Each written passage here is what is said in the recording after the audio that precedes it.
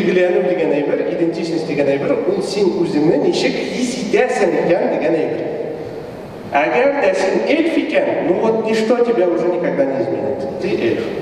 Ол вақытта дәулет кішінің миллетін өзі белгілеген. Демек, сенен сұрамағандар, сенің кім екенің. Неше қиягазда yazılмақ, сіздің ауылның кім екенің.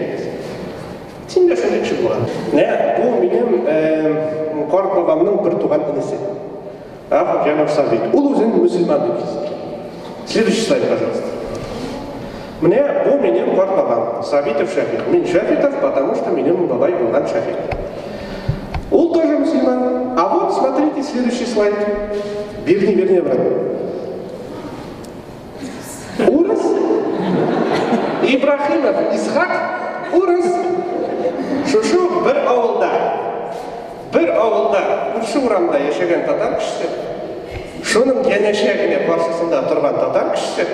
Түбен ішті Ибрахимов Исхак урыс болып жазылған. Бұл нәрсе екенін мұны аңлатып болмайды. Мен 20-ші жылда бұл кішілердің тұқымын білем дегенде бұлай сөйлескенім бар. Олар мұңа ашып қоя алмадылар. Әмеді ләкін бұл факт. Мен бір ауылда 3 түрлі миллет кіші ешеген. Барысы да татар кішісі болып қазір біздің заманда бар.